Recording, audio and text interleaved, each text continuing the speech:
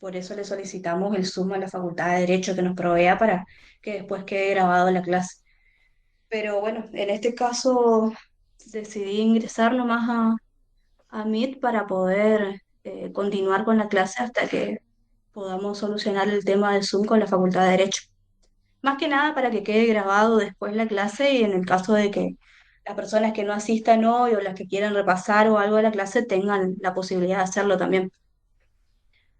Es eso, no estoy terminando de admitir a la reunión algunos.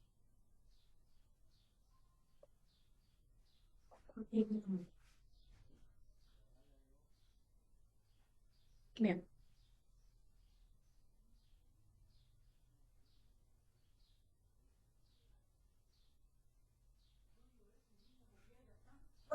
Bueno, ¿cómo están hoy? Es el último miércoles que nos toca a nosotros reunirnos a través de la pantalla para, hoy vamos a terminar lo que es el módulo uno de estos conceptos jurídicos básicos o esenciales que es importante conocer para poder tener o para poder asistir en un estudio jurídico de una manera profesional y técnica.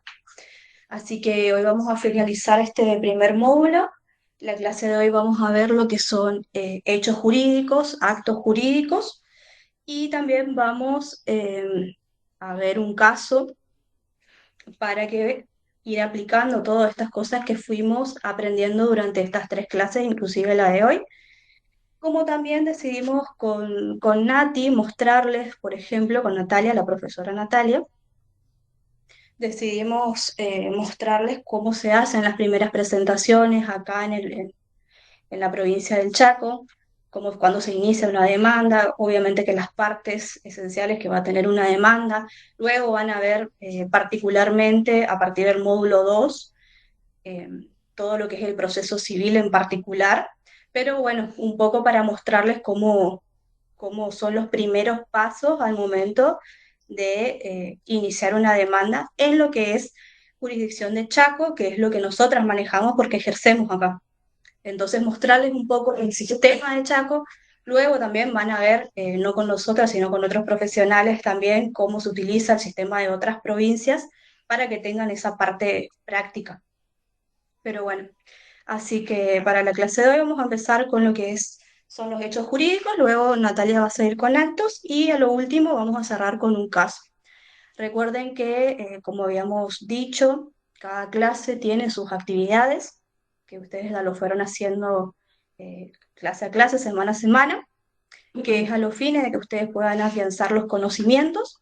Para eso también nosotros le damos, como conocemos la realidad también de todos ustedes, que ya dijimos varias veces que son personas que trabajan, que estudian, que además se capacitan, que tienen familia y demás, entendemos que por ahí el tiempo de cada uno de ustedes es muy limitado a la hora de sentarse por ahí a leer un manual de tal persona, de tal autor y demás.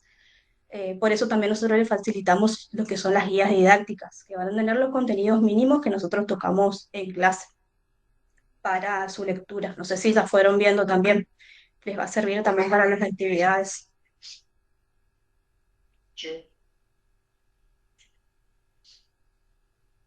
Hola, ¿qué tal? Sí, un segundo porque nos están hablando del Zoom para ver si podemos Hola, activar. sí, sí, yo lo escucho.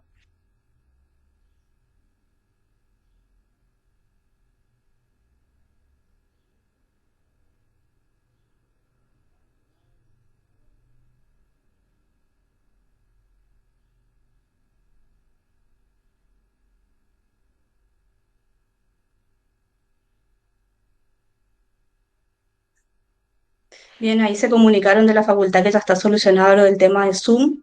No sé si quieren que nos mudemos de vuelta de aula a los fines de que podamos grabar la clase ahí, porque el Meet no me permite grabar. Si les parece, nos mudamos de vuelta al Zoom y ponemos para grabar. ¿Sí? Disculpen las molestias.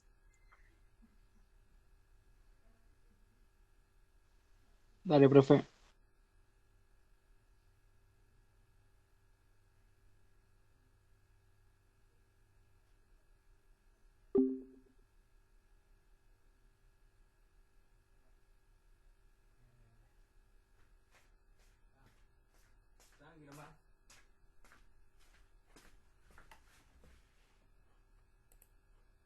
esta clase.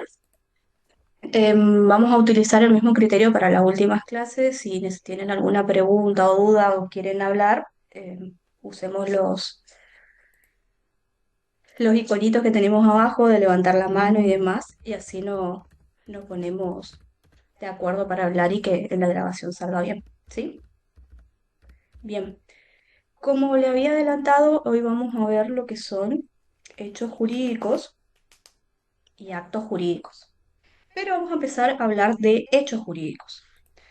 Parte de la doctrina va a querer definir lo que son los hechos y va a decir que son los acontecimientos o sucesos que provienen de la naturaleza o del hombre. Algunos hechos van a tener importancia o relevancia para el ordenamiento jurídico y otros no. Aquellos hechos que tienen importancia para el ordenamiento jurídico son los denominados hechos jurídicos. Así, por ejemplo, como lo dice ahí el Power, el artículo 257 del Código Civil y Comercial nos define lo que son los hechos jurídicos y nos dice que es el acontecimiento que, conforme al ordenamiento jurídico, produce el nacimiento, modificación o extinción de relaciones o situaciones jurídicas. Vamos a ver entonces que acontecimiento en este sentido viene o proviene de los verbos acontecer o suceder. Y por situaciones o relaciones jurídicas, vamos a decir que las situaciones jurídicas va a ser el estado estable y objetivo que la ley le va a atribuir a una persona. Por ejemplo, el estado ser padre o ser madre o ser el propietario de un inmueble. En cambio, la relación jurídica tiene que ver más con el vínculo jurídico, que se van a dar a partir de esas situaciones jurídicas. Por ejemplo, la situación jurídica padre-madre con respecto a los hijos va a producir también un vínculo jurídico o una obligación entre el padre o la madre de, por ejemplo, prestarle alimentos al hijo. La relación jurídica vendría a ser la obligación alimentaria que va a tener ese padre o madre, que en algún momento eso va a cambiar. Sabemos que la obligación alimentaria está hasta la mayoría de edad de los hijos. Después esa obligación ya se extingue. Hay otros supuestos también, otras excepciones, pero la regla general es que a la mayoría de edad ya no le corresponde la obligación del padre o madre de prestarles alimentos a ese hijo. Sin embargo, la situación jurídica de padre o hijo va a seguir existiendo. Va a decir también parte de la doctrina que los hechos jurídicos va a abarcar una serie de supuestos que no solamente van a provenir del hombre, sino que también provienen de la naturaleza. Y esto nos va a dar también un poco, o nos va a dar el pie para hablar de la clasificación de los hechos jurídicos. Acá vamos a ver que la doctrina en general va a clasificar a los hechos jurídicos eh, como hechos naturales y humanos. Después va a haber otra clasificación que va a tener en cuenta la consecuencia jurídica de esos hechos jurídicos que se van a clasificar en constitutivos, modificativos y extintivos. Vamos a decir que un hecho jurídico puede ser o es natural cuando proviene de la naturaleza, es decir, que el hombre o la persona no tiene participación en ese hecho. Como les puse ahí, por ejemplo, lo que es el terremoto, el granizo o las inundaciones. Por ejemplo, se va a dar un hecho jurídico, que habíamos dicho que vamos a hablar de hecho jurídico cuando en la consecuencia le importa el ordenamiento jurídico.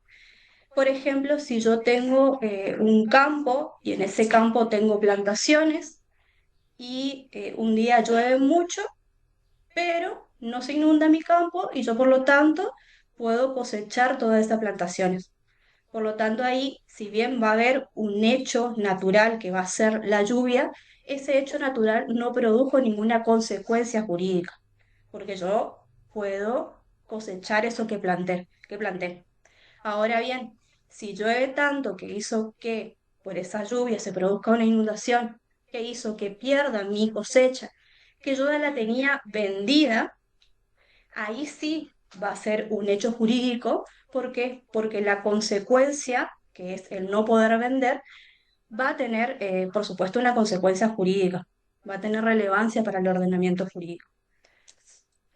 Después, en hechos humanos, sí van a ser aquellos en lo que la persona sí va a tener una participación. Siempre que hablamos de hecho nos vamos a hablar de voluntad. Después vamos a ver en otras clasificaciones más adelante cuando hablamos de la voluntad de la persona. Pero un hecho jurídico humano van a ser lo que emanan propiamente de una persona.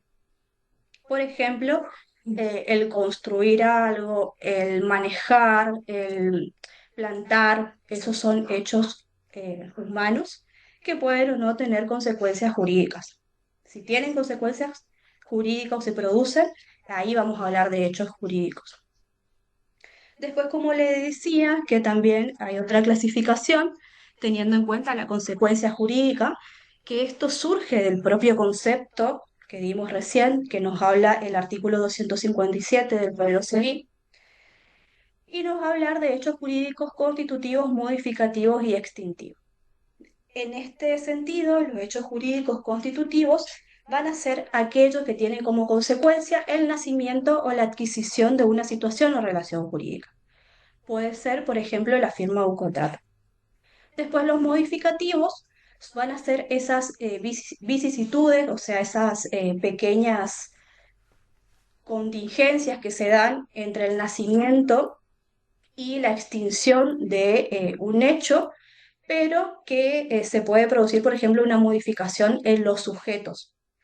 Por ejemplo, el cambio de titularidad puede ser de un sujeto en el sentido de que, por ejemplo, una persona fallece, ya hay una vocación hereditaria, supongamos que fallece mi abuelo, heredaría forzosamente mi papá, y en el caso de que fallezca mi papá, ahí yo voy a adquirir esa calidad de heredero en representación de mi papá en la herencia de mi abuelo. O sea, el objeto que es heredar los bienes de mi abuelo va a ser el mismo, pero va a cambiar el sujeto. La cuestión de lo que es el hecho muerte, digamos, también hay una discusión doctrinaria si hablamos de la muerte como un hecho natural o como un hecho humano. Parte de la doctrina dice, habíamos hablado de lo que era la doctrina, que era la opinión de los grandes tratadistas o de los autores que tienen sobre un tema determinado. Habíamos dicho entonces que eso era la doctrina y parte de ella dice que el hecho muerte se encuadraría o se subsume dentro de lo que es el hecho jurídico natural, porque es un hecho biológico. Hay parte de la doctrina que dice eso, hay parte de la doctrina que dice que son hechos jurídicos humanos porque provienen de un sujeto. Y los extintivos, bueno, son los que ponen fin a derechos, que puede ser, por ejemplo, una renuncia. Después, em, el Código Civil y Comercial también nos da o nos habla de lo que es el simple acto lícito, el acto voluntario y el acto involuntario. Acá yo decidí ponerlo en paralelos a los tres como una forma de comparación a los fines de que a ustedes les sea más fácil entender y estudiar también. Vamos a decir entonces que el simple acto lícito va a ser, según el artículo 258, la acción voluntaria no prohibida por la ley de la que resulta alguna adquisición, modificación o extinción de relaciones o situaciones jurídicas. ¿Cuál va a ser la diferencia que va a existir entre el simple acto lícito y el acto voluntario? En que la persona que realiza ese acto voluntario, siempre ya vamos a hablar de la persona, ya no vamos a hablar de hechos naturales como en el hecho jurídico, realiza una acción no prohibida por la ley, o sea, no contraria al ordenamiento jurídico, pero no para producir una determinada consecuencia jurídica. No lo hace con esa finalidad. Acá lo importante es la voluntad de la parte, ¿para qué lo hago? Por ejemplo, yo le puse acá un ejemplo de una persona que compone una canción. La acción voluntaria sería una persona que compone una canción o que escriba un libro. ¿Por qué? Porque componer una canción o escribir un libro no está prohibida por la ley, pero que esa persona lo hace, escribe eso con la finalidad de dar a conocer su arte, por ejemplo. Sin embargo, el ordenamiento jurídico prevé que por esa sucesión de la canción o por esa autoría de un libro, le va a dar, le va a amparar, si se quiere, por ejemplo, derechos de autor. El fin de la persona no va a ser que el derecho la ampare, pero sin embargo, el ordenamiento jurídico ya prevé una consecuencia jurídica. Pero siempre vamos a hablar como requisitos esenciales, si se quiere, del simple acto lícito, acción voluntaria siempre va a ser humana, que no esté prohibida por la ley, aunque no sea ilícita, y que produzca la adquisición, modificación o extinción de relaciones jurídicas. El acto voluntario también va a estar previsto en el Código Civil y Comercial, en el artículo 260. Y este artículo nos dice que el acto voluntario es aquel ejecutado con discernimiento, intención y libertad, que además se tiene que manifestar por un hecho exterior. Acá la palabra de acto voluntario ya nos va a estar diciendo que en esta clasificación va a primar lo que es la voluntad de las partes. En la filmina más abajo vamos a ver cuáles van a ser los requisitos o los elementos internos y externos de este acto voluntario. Y vamos a hablar de un acto voluntario cuando este sea llevado a cabo o ejecutado con discernimiento, intención, libertad y que se exteriorice. Por ejemplo, la firma de un contrato. Después, el artículo 261 nos va a hablar de los actos involuntarios. Y este artículo nos va a decir que es involuntario el acto de quien al momento de realizarlo esté privado de la razón.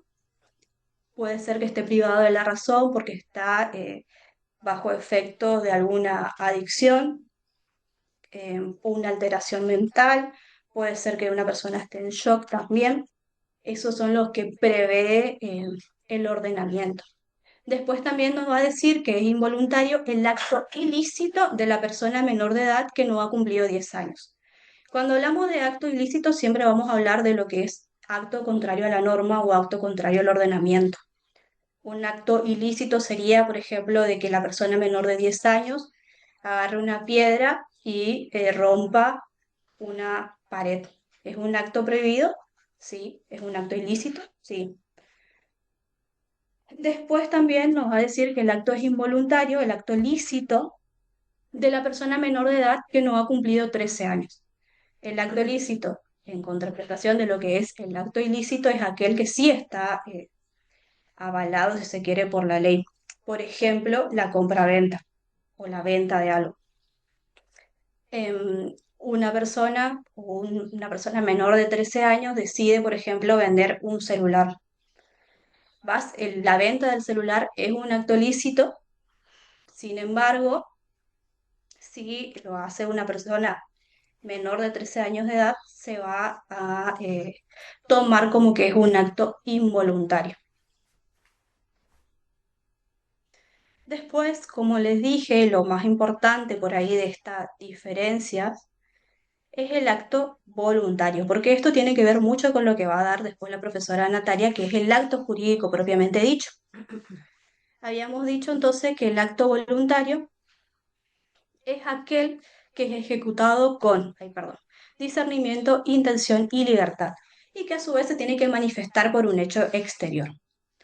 Le había dicho entonces que hay elementos internos que van a componer a este acto voluntario, que es el discernimiento, la intención y la libertad. El discernimiento, va a decir la doctrina, que es la facultad de la persona por el cual va a saber distinguir lo bueno de lo malo, lo justo de lo injusto, lo correcto de lo incorrecto. ¿Qué va a pasar a falta de discernimiento de una persona que no puede comprender cuando está ante algo bueno o malo, o no puede distinguir lo bueno de lo malo, lo justo de lo injusto? Ahí vamos a hablar del acto involuntario, que es lo que recién acabamos de hablar, de cuándo el acto va a ser involuntario. Y por eso, fíjense que el artículo habla de las personas menor de 10 años, de la persona menor de 13 años, porque habíamos visto también en las clases anteriores lo que es, por ejemplo, lo que es la representación, habíamos hablado de la madurez suficiente que tiene que tener esta persona también. El Código Civil hace una diferenciación de persona menor de edad, habla de adolescentes, cuáles son los actos que puede realizar el adolescente sin consentimiento de los padres, por ejemplo, que son lo relativo a su cuerpo. Pero después, como habíamos dicho, para todo cualquier otro ejercicio del derecho necesita de representación, de actuar con la representación de, por ejemplo, las personas menores de edad, sus padres, como lo habíamos visto en el artículo, creo si mal no recuerdo era el 100 o el 101. Bueno, entonces, otro de los elementos internos del acto voluntario va a ser la intención. La intención se va a dar cuando exista una correlación entre lo que yo quiero hacer y lo que yo hago, en otras palabras o en palabras más simples. Es decir, realizar el acto, como dice ahí, tal y cual se lo pensó.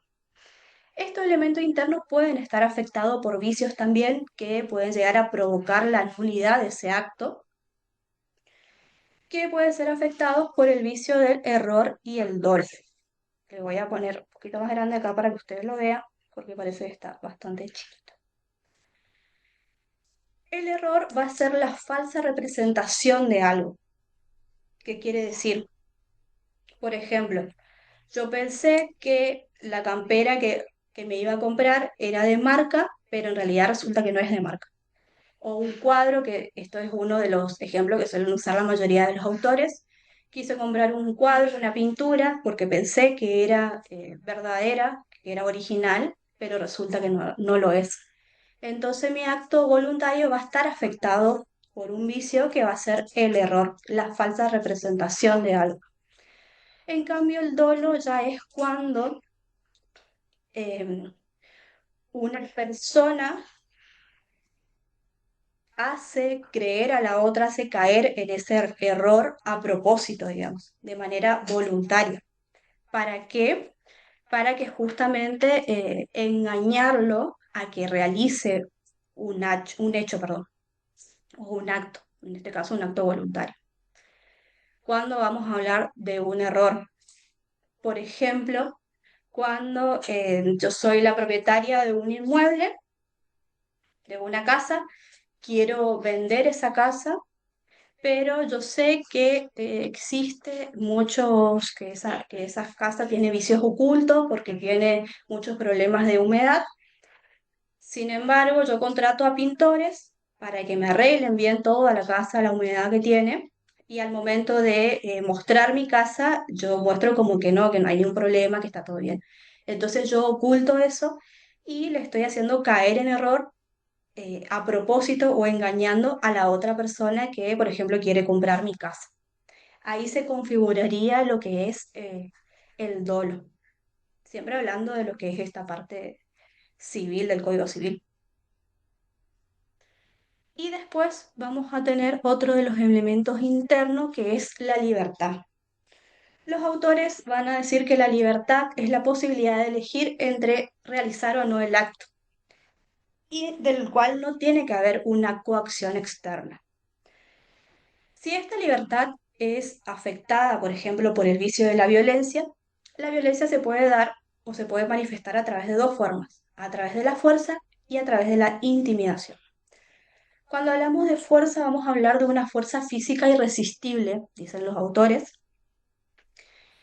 es decir, aquel momento en que la persona no pudo elegir otra opción que realizar ese acto, ya sea porque estaba siendo, por ejemplo, amenazada.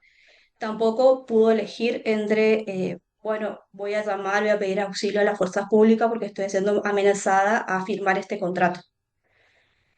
No había una posibilidad, no había ni una pequeña voluntad de la persona en realizar o no ese acto. Por eso hablamos de una fuerza física irresistible. Y hablamos de intimidación cuando va a existir, si se quiere, eso también dicen los autores, una pequeña voluntad de la persona, pero esa voluntad va a estar coaccionada.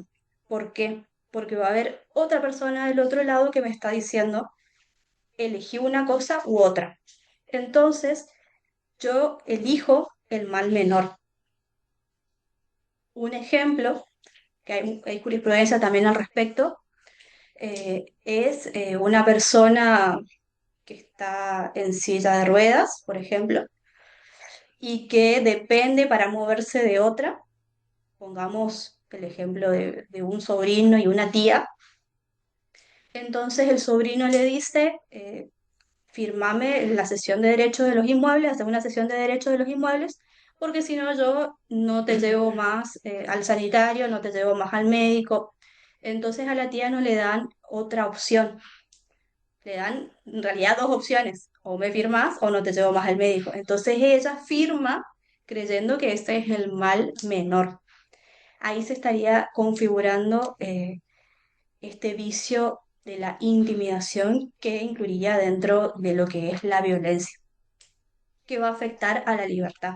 Si afecta a la libertad, no vamos a estar hablando ya de un acto voluntario, sino vamos a pedir la nulidad de ese acto. Y después, como elemento externo, le había dicho que surge también del propio, la propia definición que nos da el artículo, que es la manifestación de esa voluntad. Nosotros tenemos que exteriorizar esa voluntad. Esa exteriorización se puede dar a través de dichos, ya sea de manera oral o escrita, o también hechos, como por ejemplo en una votación levantar la mano. Básicamente esos son los elementos internos y externos que van a ser al acto voluntario y los vicios también que pueden llegar a afectar a estos elementos internos. Depende del vicio y depende de cómo esté configurado el- el caso, digamos, y depende de lo que nos ordena nuestro Código Civil y Comercial. Vamos a ver si ese acto va a ser nulo o no. Vamos a tener que demostrar que existió intimidación, que existió una fuerza física irresistible que afectó a la libertad. Vamos a tener que demostrar, por ejemplo, en el discernimiento que en ese momento yo estaba en un shock y que por eso realicé ese acto involuntario, que en realidad yo no lo quise hacer. Pero bueno, eso ya es todo materia probatoria y el Código Civil nos va a ir dando cuáles son los efectos jurídicos también que va a tener, depende de una cosa u otra. Pero bueno, esta es la parte de lo que son hechos jurídicos. Ahora ya Natalia le va a dar lo que son los actos jurídicos propiamente dichos. Y después vamos ya así con el caso práctico y todo lo que es la plataforma del Poder Judicial del Chaco.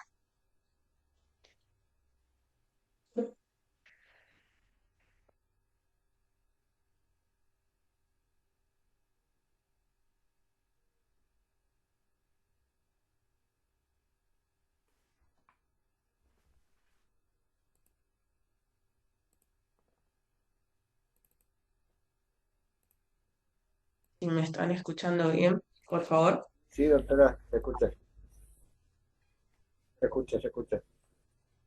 ¿Cómo el pidió? ¿Hablaste? Sí, se escucha. Bueno, gracias al pidió. Bueno, vamos a comenzar con la parte de actos. Como verán, estoy un poco engripada. Si escuchaban a alguien que tosía, era yo, porque estaba en la misma oficina con Marianela. Así que por ahí, cuando tenga que toser, lo más seguro es que lo silencie y después continúen, ¿sí? Bueno, en esta parte vamos a desarrollar lo que es el acto jurídico. Y el acto jurídico está definido en el artículo 259 del Código Civil y Comercial, ¿sí? Lo fui poniendo en la filmina para que podamos tenerlo en cuenta también. Dice, es el acto voluntario lícito que tiene por fin inmediato la adquisición, modificación o extinción de relaciones o situaciones jurídicas. Y en palabras más comprensivas, abajo tenemos una definición que un acto jurídico es cuando una persona hace algo de manera voluntaria con la intención de que tenga un efecto legal. Esto para que lo podamos entender tal vez de una forma más simple, pero el acto jurídico está definido en el artículo 259 de manera técnica, ¿sí? Los caracteres del acto jurídico. Un acto jurídico es un acto voluntario, ¿sí? Debe sí o sí ser voluntario y por lo tanto también debe emanar de un hombre esa voluntad. Y como explicaba Marianela, esa voluntad o lo actuado, lo manifestado, tiene que ser con discernimiento, intención y libertad. Debe reunir sí o sí esos tres requisitos. También un carácter es que los actos ilícitos no son considerados actos jurídicos, ¿sí? Si bien van a establecer relaciones jurídicas porque después va a surgir un deber de reparar el daño causado, los actos ilícitos no configuran actos jurídicos en sí. Y el acto tiene una finalidad jurídica, ¿sí? Siempre el autor va a perseguir la producción de un efecto jurídico y que puede consistir en dar nacimiento o extinguirla, modificarla o transmitirla, ¿sí? Me aguardan un segundito que quiero comentarles unos ejemplos en cuanto a este punto.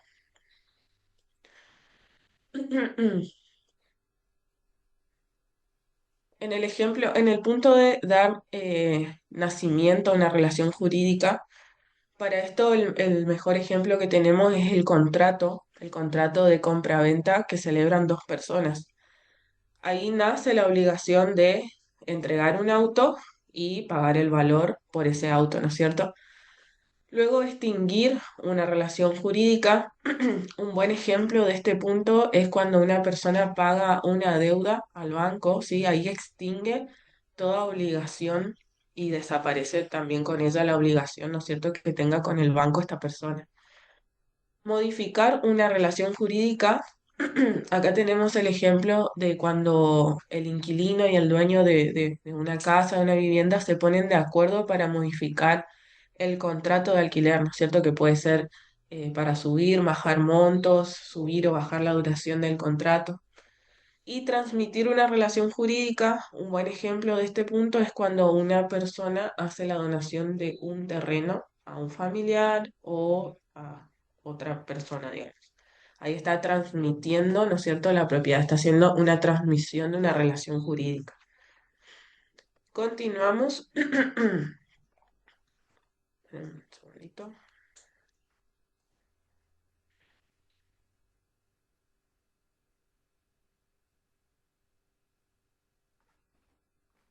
Aguarden un segundito que...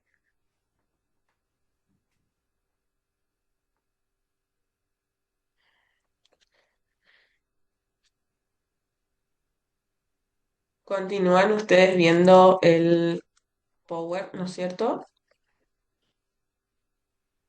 ¿O ya no? Ah, No, ahora no, ahora salió.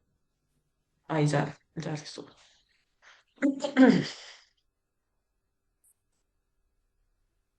Ahora sí, bien. Ahora sí, ¿no es cierto?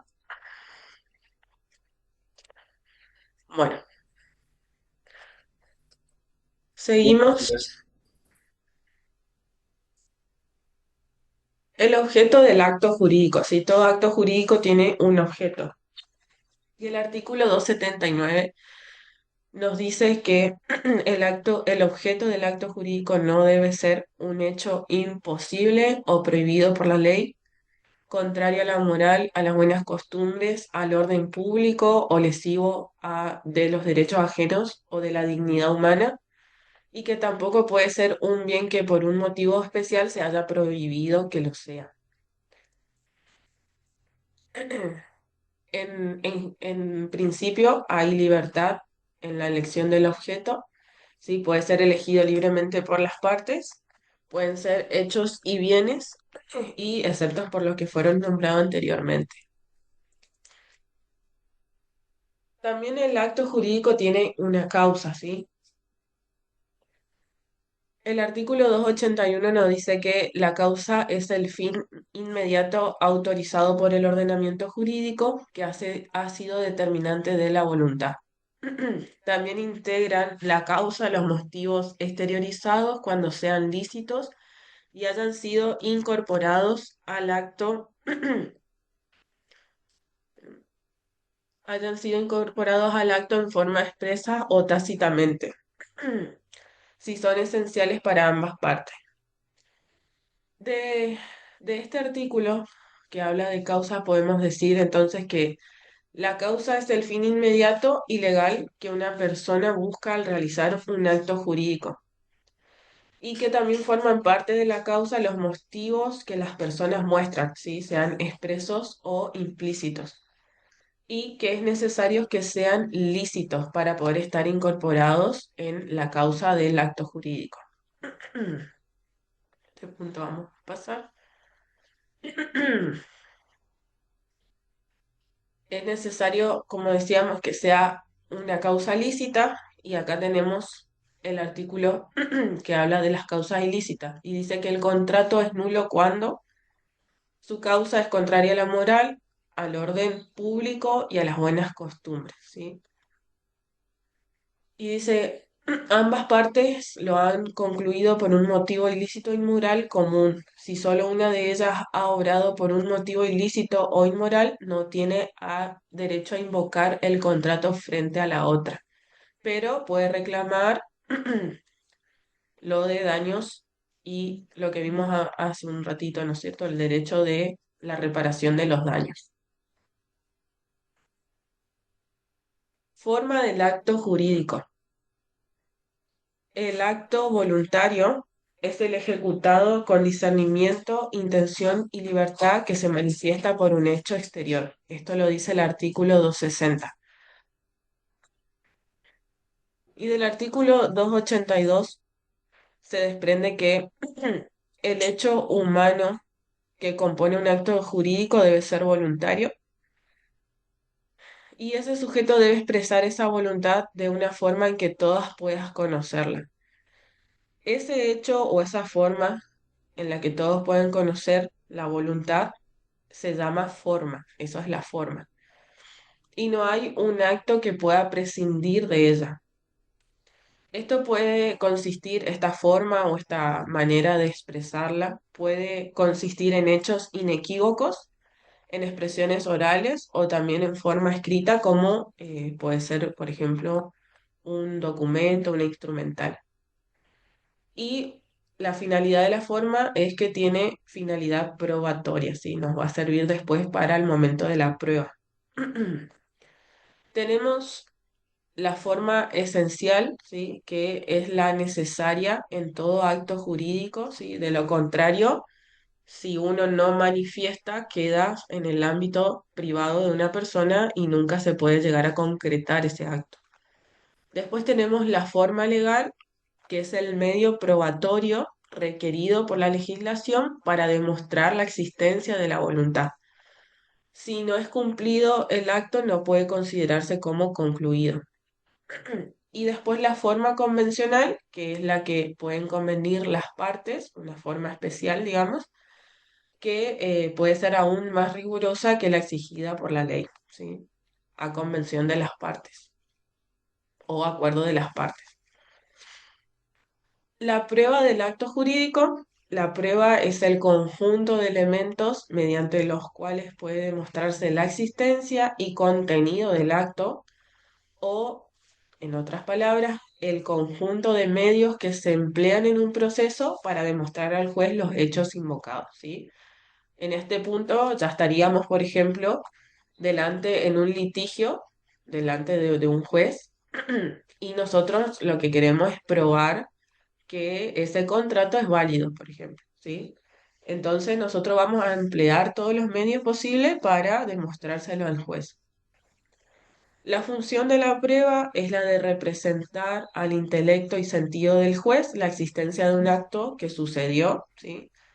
Y sirve para que la forma evidencie la voluntad expresada, no para que por ahí una de las partes está invocando, no, yo no quise, yo no dije, yo no lo hice, y nosotros tenemos ese instrumento, ese documento que demuestra, digamos, eso. Sí, un segundito.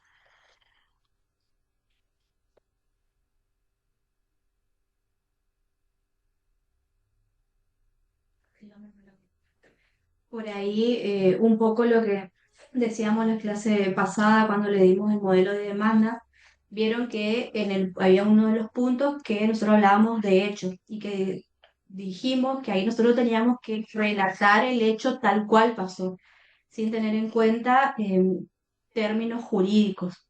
En este sentido, y teniendo en cuenta lo que está diciendo la profe Natalia en lo que es respecto a pruebas, siempre las pruebas van a estar o van a ir de la mano con los hechos. Lo que nosotros pongamos en la parte probatoria o en el acápite de pruebas, siempre va a ser para probar esos hechos que nosotros decimos en ese punto de la demanda o de la contestación de la demanda.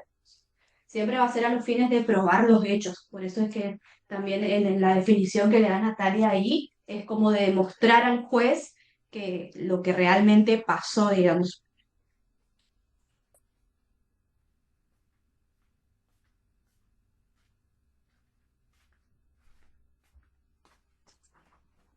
De 10. ¿Pudieron escucharla la profesora? Sí, de 10. Seguimos. Entonces, la forma, ¿sí? Lo que vimos anteriormente, la forma es parte del acto y sucede con el acto y es simultánea también al acto, ¿sí? A esa manifestación de la voluntad. En cambio, la prueba es externa al acto, ¿sí? Y puede o no ser posterior, ¿sí? Porque todo va a depender de que tal vez todo fue bien y no tengo que probar nada, ¿sí? Entonces puede o no ser posterior, va a poder o no suceder, pero la forma siempre va a estar, sí o sí. El medio y modo de prueba. El medio va a ser entonces el elemento probatorio de un acto en particular, como dijimos hoy, un documento o un instrumento público. Ese sería nuestro medio. Y el modo va a ser el procedimiento a seguir para poner en evidencia el mismo, ¿sí? Esto va a significar que lo voy a presentar en juicio y que va a tener que ser acompañado con los requisitos necesarios para que sea válido, ¿sí? De lo contrario, la otra parte impugna esa prueba. Ahora vamos a pasar a los vicios del acto jurídico, ¿sí? El acto jurídico también tiene vicios.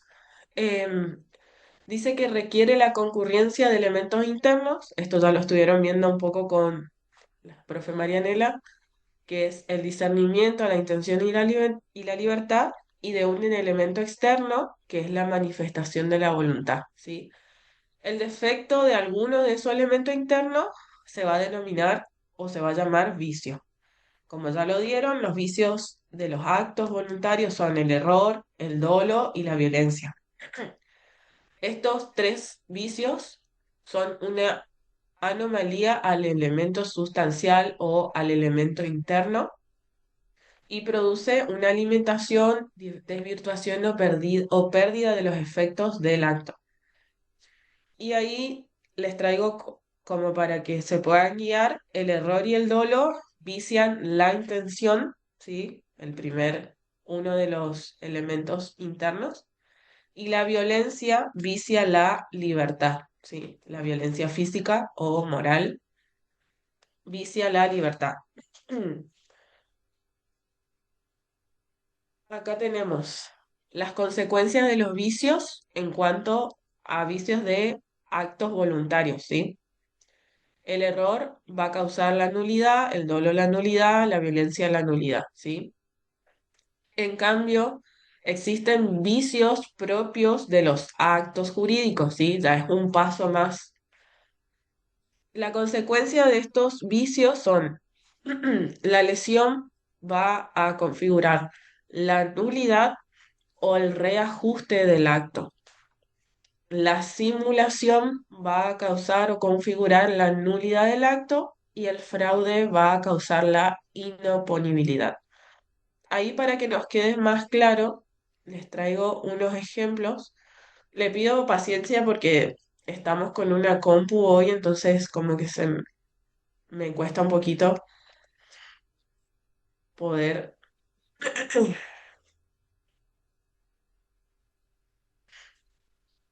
Bueno, en cuanto a la lesión, teníamos que causa o configura la nulidad o el reajuste del acto. Un ejemplo de esto es una persona mayor, por ejemplo, que no entiende o no sabe el valor real de su casa, la vende por un precio ridículamente bajo, ¿sí? Muy bajo. Y alguien que sabe de precios, alguien que sabe de inmuebles, se aprovechó de su necesidad y la compró, ¿sí? Ahí la justicia puede anular la venta o solicitar el reajuste del precio para que haya equivalencia, ¿no es cierto? Después, en cuanto a la simulación que causa la nulidad del acto. Acá como ejemplo tenemos dos personas firman un compraventa ficticia de un auto, pero en realidad el auto nunca se entrega ni se paga. Lo hacen para aparentar frente a un tercero, por ejemplo, porque quiere ocultar bienes. En ese caso, el contrato es nulo porque fue una simulación, ¿sí? Y en cuanto al fraude que causa la inoponibilidad, un ejemplo es que una persona que tiene muchas deudas le transfiere su casa a un amigo de confianza, los testaferros, conocidos como testaferros, para que los acreedores no puedan embargarla. Esto obviamente es un fraude y resulta inoponible, ¿sí? Causa la inoponibilidad, es decir, que los acreedores pueden ignorarlo y embargar la casa igualmente, ¿sí? Demostrada obviamente que esa casa era de el primer sujeto, ¿no es cierto?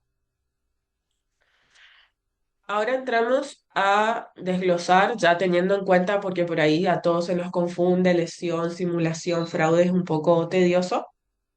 Con estos ejemplos ya nos va a ayudar a poder diferenciar de mejor manera.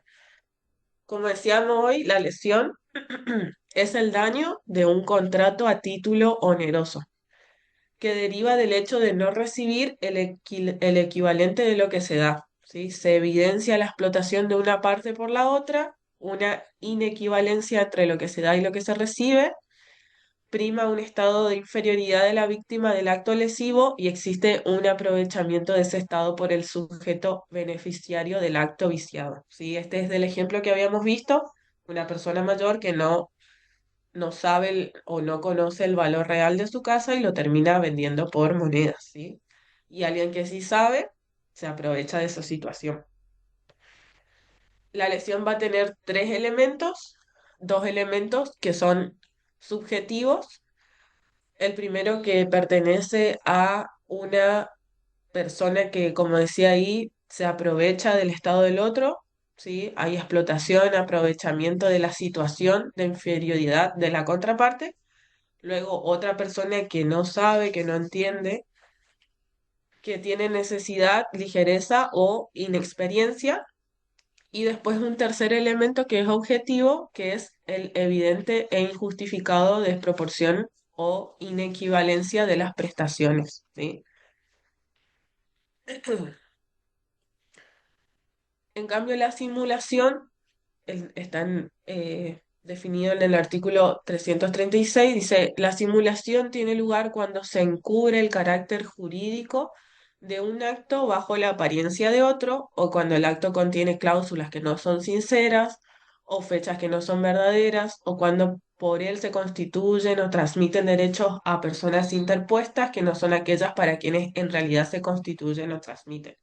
Este era el que vimos que le traspasaba el auto a un amigo o con mayor conocido como testaferro. Entonces, cuando en un acto jurídico las personas dicen una cosa, pero en realidad quieren otra distinta y lo hacen a propósito, esa mentira puede afectar o no al orden normativo o a otras personas que no participaron en el acto. ¿Sí? Una definición más simple para poder entender lo que dice el artículo. Los elementos de estos tres, de los tres elementos de este vicio, de la simulación, son la contradicción entre la voluntad interna y la declarada, ¿sí? O sea, yo estoy pretendiendo algo, pero declaro otra.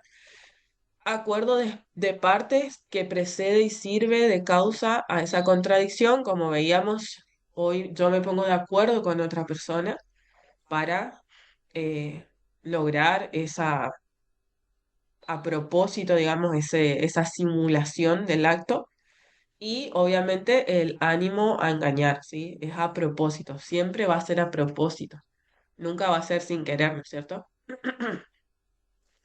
Y luego tenemos el fraude, para ir cerrando lo de los vicios de los actos, que el término fraude también se suele utilizar como engaño, ¿no es cierto? Y el fraude es cuando una persona usa contratos o actos legales que parecen válidos, pero en realidad los hace con la intención de perjudicar a otros, generalmente a terceros como acreedores, por ejemplo. Con esos actos busca ocultar bienes, quedar insolvente o impedir cumplir lo que debe pagar o entregar, sabiendo que está engañando o causando un daño, ¿sí? Siempre es con un saber de lo que se hace, ¿sí? Nunca es sin querer en estos casos de vicio. En resumen, es usar actos legales en forma engañosa para perjudicar a otros y evitar cumplir obligaciones. Los, eh, los mayores o típicos fraudes que conocemos todos son el fraude a los acreedores, como habíamos visto hoy, y el fraude a la ley, ¿sí? Tengo unos ejemplos acá para...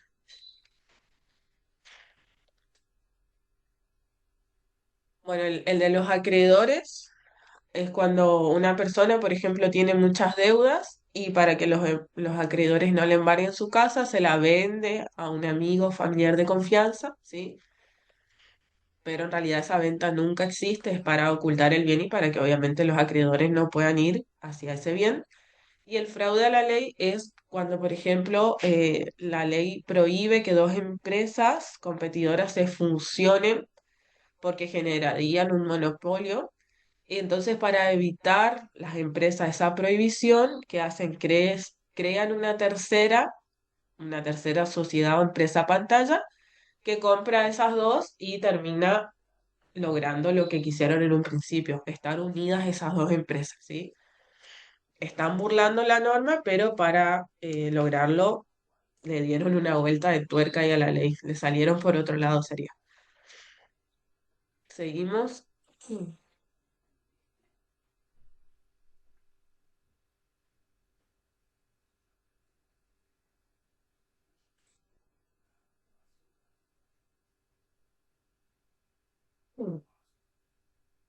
Modalidades de los actos jurídicos, ¿sí?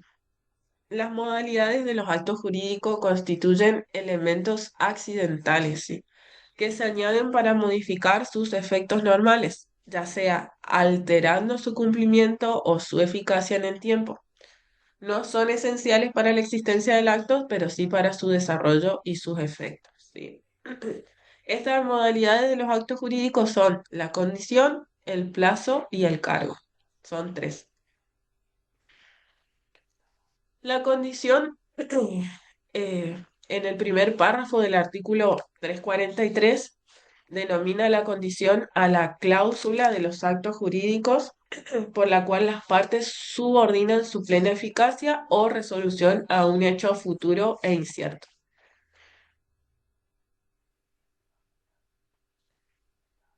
Ese hecho futuro e incierto se suele denominar efecto condicional.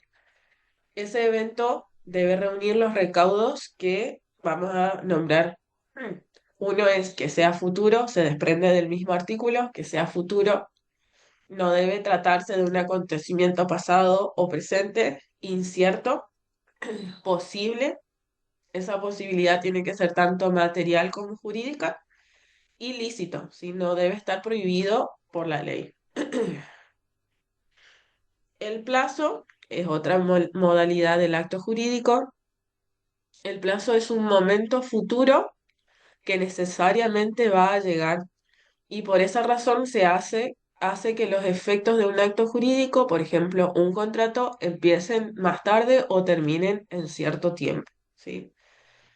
El artículo 350 dice que la exigibilidad o la extinción de un acto jurídico pueden quedar diferidas al vencimiento de un plazo, ¿sí?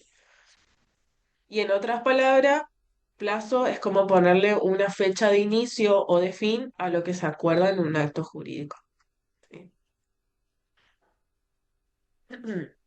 Los caracteres del plazo surgen de su misma definición, futuro y cierto, ¿sí? Siempre va a ser adelante en el tiempo y sí o sí va a suceder. Ya no hay incertidumbre. El cargo, el artículo 354 dice, el cargo es una obligación accesoria impuesta al adquirente de un derecho.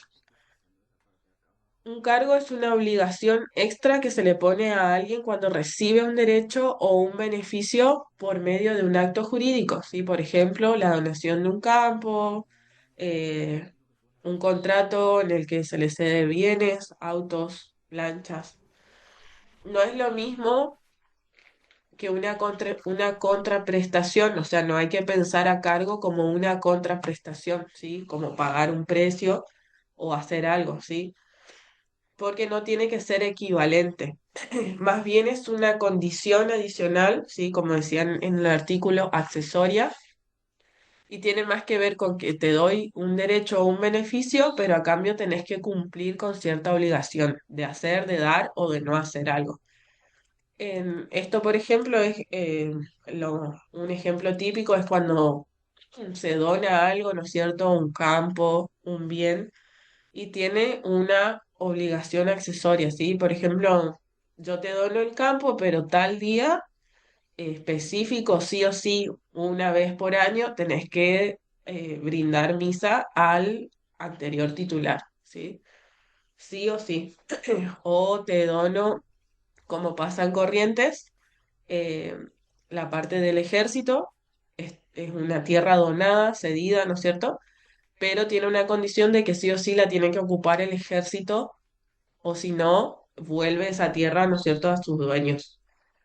No sé si sabían eso los. Y estoy enterada de que hay más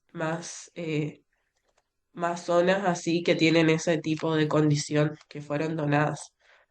Ahí en Corrientes. Acá en Chaco, la verdad, no tengo idea si hay de esas cosas, de esos tipos de donaciones. Los caracteres de la condición, ¿sí? Del cargo, perdón. Es, es obligatorio, ¿sí? O sea, no es que yo te doy un consejo o si querés lo haces, sino que realmente es una obligación que se impone, ¿sí? Como decíamos hoy, si el ejército no ocupa más esa tierra, vuelve a sus titulares. Es accesorio, ¿sí? El cargo sigue la suerte del derecho al que le accede, ¿sí? O sea, no, viene por la prestación o obligación principal. Es excepcional, ¿sí? No es algo propio de los actos jurídicos, o sea, puede estar como no. Es accidental, solamente va a operar, digamos, si está expresamente escrito en ese acto. Es voluntario, es expreso, ¿sí? No, y es restrictivo del derecho transmitido, pero como dijimos, en una porción pequeña, no es totalmente restrictivo. Hasta acá todo lo que es acto jurídico. Como verán, es largo. Igual no se preocupen que en el documento va a estar así también para que podamos guiarnos y saber lo fundamental, ¿no es cierto? La parte de plazos, esa parte es muy importante, la parte de prueba, toda esa parte como asistente va a ser muy importante porque lo primero que nos va a pedir el profesional es, fíjate cuándo vence eh, el tiempo para contestar tal demanda o para cumplir con tal contrato, ¿sí? Nosotros tenemos que saber. Y ahora pasamos a la parte de instrumentos públicos. Vamos a dar instrumentos públicos e instrumentos privados. Los instrumentos públicos son aquellos otorgados con la formalidad que la ley establece, en presencia de un oficial público, que puede ser un agente administrativo o un funcionario, y a quien la ley le confiere la facultad de autorizar y que hacen de plena fe sin necesidad de posteriores pruebas o verificaciones, ¿sí? El artículo 289 enumera los instrumentos públicos, los cuales son las escrituras públicas y sus copias o testimonios, los instrumentos que extienden los escribanos o los funcionarios públicos y los títulos emitidos por el Estado Nacional, Provincial o la Ciudad Autónoma de Buenos Aires. La finalidad del instrumento público son que pueden acreditan, mejor dicho, la existencia de un hecho o acto que constituye el supuesto más frecuente o constituir la forma del ejercicio de un poder público. ¿Sí? Esa es la finalidad de un instrumento público. En cambio, los instrumentos privados es aquel creado entre particulares sin intervención de un funcionario público y que su validez requiere reconocimiento o necesita probarse esa validez. Una de las formas es el reconocimiento de firma. Los instrumentos privados se clasifican tiene una subdivisión en particulares no firmados e instrumentos privados. Los particulares no firmados son, por ejemplo, los seguros, ¿sí? Cuando uno accede a una póliza, uno no firma nada, pero hay un contrato entre las partes, eso, y no está firmado ni por el seguro ni por el adquiriente. Eso es un particular no firmado. O cuando sacan boletos de avión, cuando sacan boletos de autobús, todo eso comprendería lo que es particular no firmado. Y los instrumentos privados sí ya es donde hay dos o tres partes y al final o al pie del documento tienen que firmar. En ambos rige el principio de libertad de formas, pueden ser verbales, escritos o por signos inequívocos. Y cuando las partes optan por la forma escrita en un instrumento privado, pueden hacerlo sin sujetarse a reglamentación alguno, salvo a lo atinente a la firma. ¿Sí? Y acá tenemos unos puntos que pueden confundir, pero esperemos a llegar a lo último. Como decíamos recién, no hay una forma o reglamentación a la que los instrumentos privados se tengan que atener o cumplir. Pero por eso dice que las partes pueden firmar un instrumento cualquier día, sea hábil o no, y en cualquier hora. No es necesario consignar el lugar y fecha de otorgamiento, ni el nombre y domicilio de las partes, ni sus calidades personales. Las cantidades pueden estar redactadas en cualquier idioma y pueden ser en papel, con lapicera, bolígrafo, lápiz mecanografiado o impreso. Y dice al final, porque todos me van a saltar cómo, aunque no es necesario ninguno de estos elementos, porque como vimos recién, no están obligados por ninguna forma o reglamento, ¿sí? El incluirlos constituye una buena práctica, ¿sí? Todos estos puntos que dijimos que no es necesario que los ten constituye una buena práctica, tanto para el asistente como ya el profesional que ejerce. Y en caso de necesitar probar la existencia del instrumento privado o de lo que contiene el instrumento privado, cada uno de estos puntos nos va a ayudar a probar, ¿sí? A demostrar que realmente se quiso cumplir algo o se quiso contratar algo. Así que mientras más específicos seamos, mejor, así sea un instrumento privado. Aquellos que trabajan con escribanos sabrán que imposible no poner fecha, no poner lugar, no poner eh, estado de familia, estado civil. Y como hoy hablábamos, hay un requisito para los instrumentos privados que sí son firmados, que es el reconocimiento de la firma. Y el artículo 314 dice, todo aquel contra quien se presenta un instrumento cuya firma se le atribuye debe manifestar si ésta le pertenece. Y luego la segunda parte del párrafo dice, el reconocimiento de la firma importa el reconocimiento del cuerpo del instrumento privado. Esto suele pasar mucho por ahí cuando nosotros los abogados hacemos convenios, vienen una pareja, ¿no es cierto?, que están de acuerdo en la cuota alimentaria y nosotros ya le hacemos rápidamente, ¿no es cierto?, el convenio privado. Lo redactamos y al final firman cada uno. Si no mandamos a certificar firma, el juzgado lo va a llamar al señor y a la señora para que ellos reconozcan tanto la firma como el contenido de eso, ¿no es cierto? Porque hay veces que uno firma, pero ni leyó lo que firmó, ¿no es cierto? Entonces ahí tiene como su oportunidad de poder reconocer o no si el contenido está bien. Eso en cuanto a instrumentos privados. Y llegamos al fin de esta parte. Como saben, empezamos con persona humana, los atributos de la persona humana, persona jurídica, luego vimos capacidad de manera específica, ¿no es cierto? Y ahora en esta parte vimos lo que es hechos y actos jurídicos y traemos acá como conclusión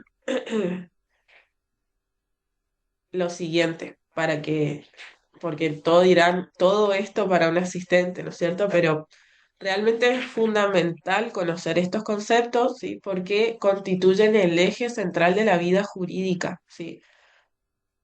Entender qué es una persona y sus atributos, así como la capacidad y sus limitaciones. Permite que identifiquemos correctamente quiénes pueden ejercer derechos y contraer obligaciones. Del mismo modo, conocer las figuras de la persona jurídica y su clasificación nos facilita distinguir los distintos sujetos que participan en la vida jurídica. El manejo de nociones como hechos y actos jurídicos, sus requisitos, modalidades y posibles vicios es clave para poder analizar la validez de los actos que se celebran, detectar irregularidades y brindar apoyo técnico a profesionales del derecho. También la distinción de lo último que dimos, instrumentos privados y públicos, y sus efectos probatorios resulta esencial en tarea de gestión documental y control de expedientes. Bueno, chicos, hasta acá lo que es acto jurídico y instrumentos públicos y privados.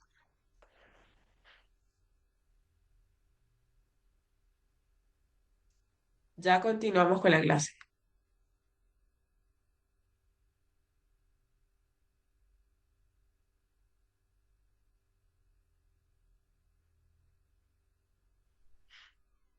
Vamos a ir a un breve recreo hasta 40 y 45, ¿sí?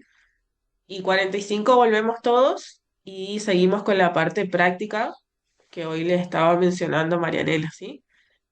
Nos vemos enseguida, chicos. Gracias, doctora. O mate acá nosotras.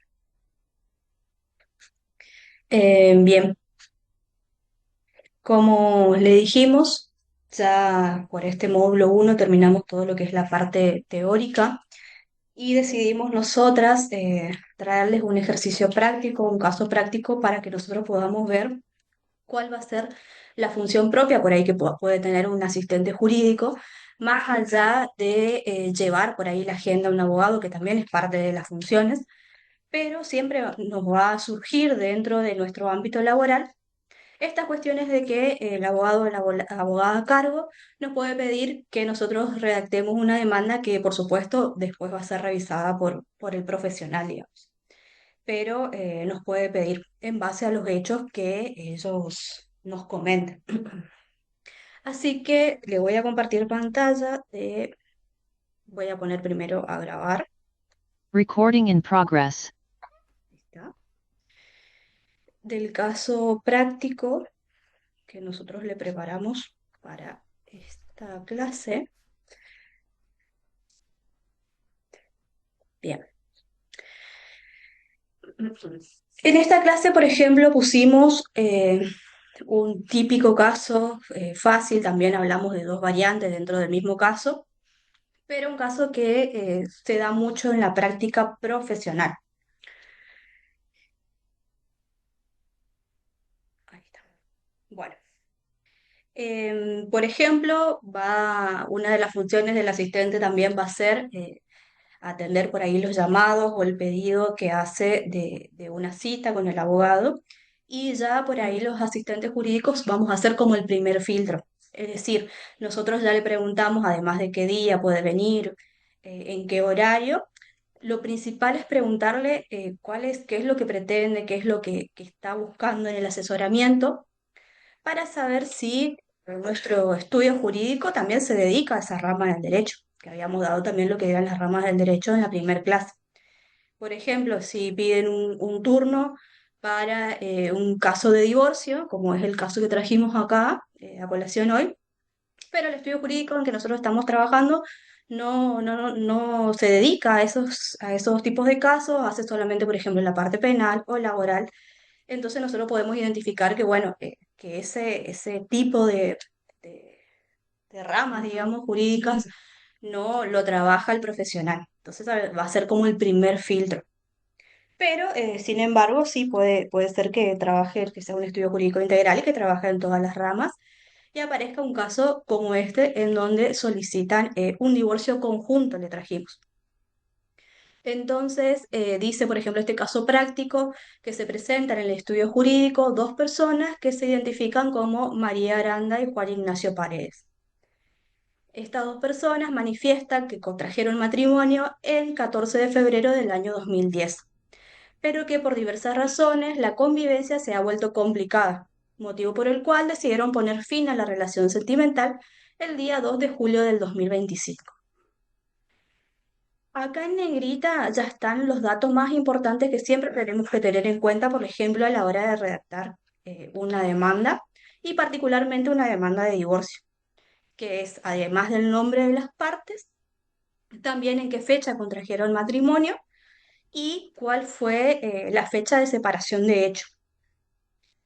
Dice el segundo párrafo que acuden al estudio con el objetivo de consultar si pueden iniciar un divorcio de manera conjunta. Es decir, ambos están de acuerdo y para abaratar gastos por ahí deciden firmar los dos la misma demanda, ya que si bien su vínculo sentimental ha finalizado, mantienen una relación de amistad y desean que el proceso sea lo menos conflictivo posible. ¿Cuál es el dato importante en este caso? Que las partes declaran que no tienen hijos en común, ni que no tienen bienes muebles ni inmuebles. En este caso, por ejemplo, el profesional a cargo del estudio les va a informar a ustedes que sí, que se puede presentar, es viable la presentación del divorcio en forma conjunta y les solicita que regresen al estudio dentro de una semana para firmar el escrito inicial. O sea, ese va a ser más o menos el tiempo que va a tener el profesional para redactar la demanda de divorcio conjunto. Además, también a estas personas, a María y a Juan, les indica que se dirijan a su secretario, quien les va a solicitar la documentación necesaria para dar inicio a la acción. ¿Cuál va a ser la documentación necesaria que vamos a necesitar nosotros para iniciar un proceso? Habíamos hablado que nosotros tenemos que acreditar ese estado civil. ¿Cómo acreditamos nosotros que esa persona, María Aranda y Juan Ignacio, realmente están casados?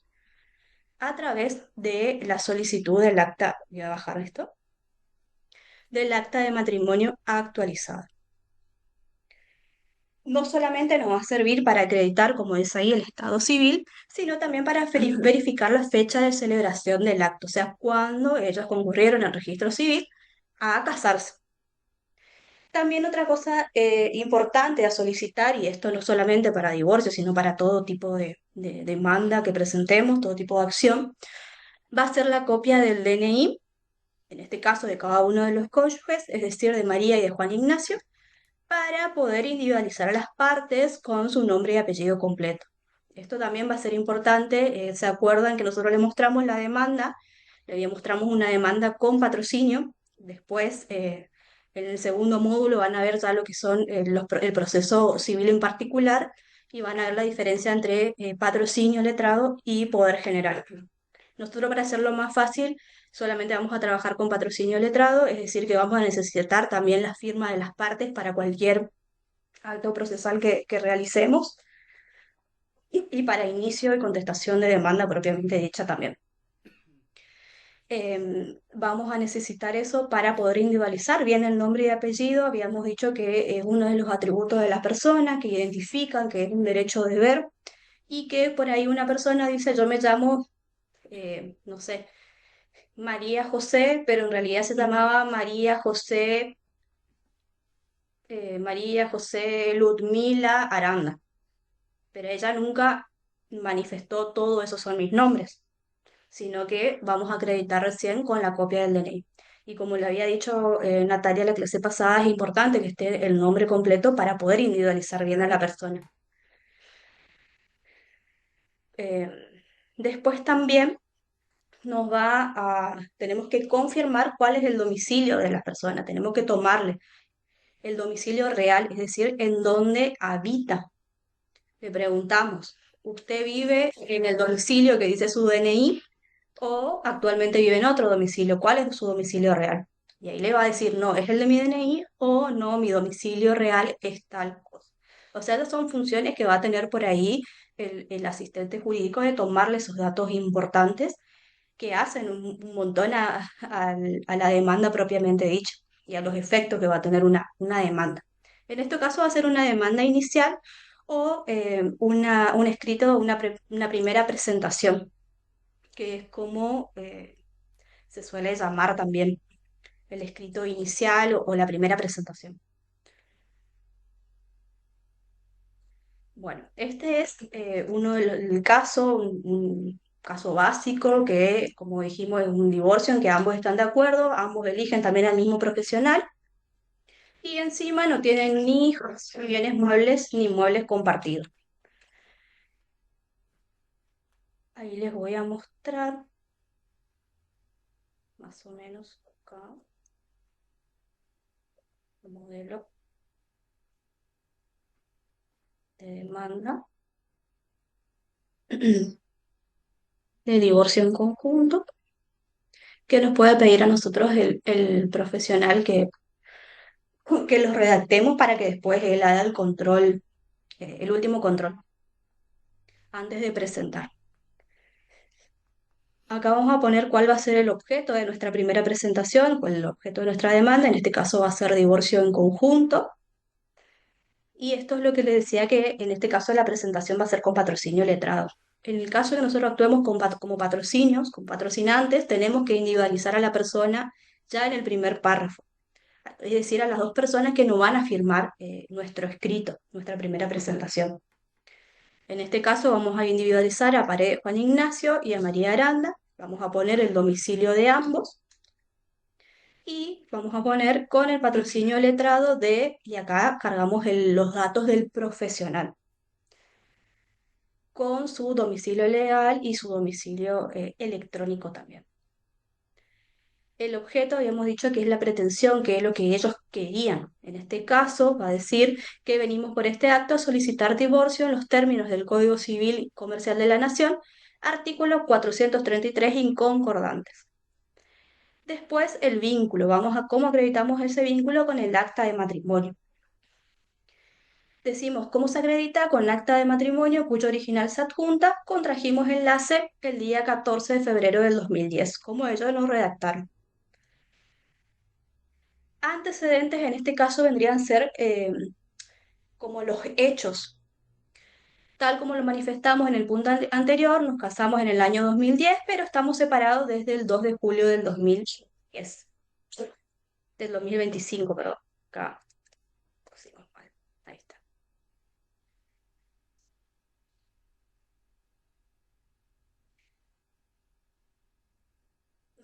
Después otro de los puntos en lo que es nuestra demanda de divorcio conjunta va a ser el requisito legal que en nuestro Código Civil dice que en el caso de poseer bienes, muebles o inmuebles o hijos, se tiene que presentar lo que es un convenio regulador. Como en este caso dijimos que no existía, ellos manifestaron que no existía, nosotros le ponemos que no poseemos hijos ni bienes muebles, inmuebles en común. Después, como pruebas, acá va a ser importante las documentales que nosotros presentemos, como el acta de matrimonio actualizada, la copia del DNI de Paredes Juan Ignacio y copia del DNI de Aranda María también.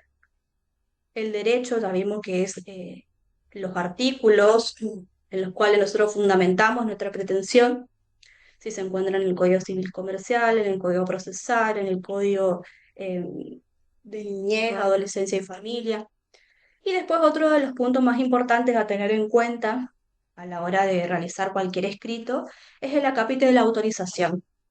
Ahí es donde, obviamente, siempre que el profesional lo autorice, tenemos que manifestar que se autoriza expresamente y bajo mi responsabilidad, como que está hablando el profesional, a la señora María Jiménez Montes, que vendría a ser una hipotética asistente. Individualizamos con el DNI para que tome notas, saque copias, retire cédula, oficio documental, expediente en préstamo y todo vinculado a la mejor tramitación de la misma. Esto es importante porque después, sí, nosotros en lo que es un divorcio, por ejemplo, se tiene que hacer para finalizar o formalizar ese divorcio, después de que sale la sentencia, esa sentencia, como dijimos, se tiene que inscribir en el registro. ¿Cómo se inscribe? A través de un oficio. El oficio es como un medio de comunicación que va a tener el juzgado con entes u organismos, no con la persona en sí.